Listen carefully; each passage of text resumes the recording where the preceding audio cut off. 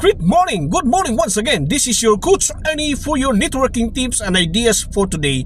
In this video, mga kaibigan at mga kababayan, I'm going to talk about the wow factor of USANA.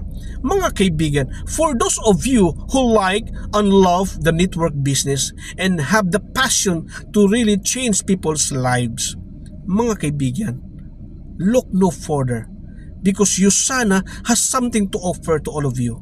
And you know what, mga kaibigan at mga kababayan, you can only truly experience the wow factor of USANA when you truly immerse of its culture and interact with the associates of USANA.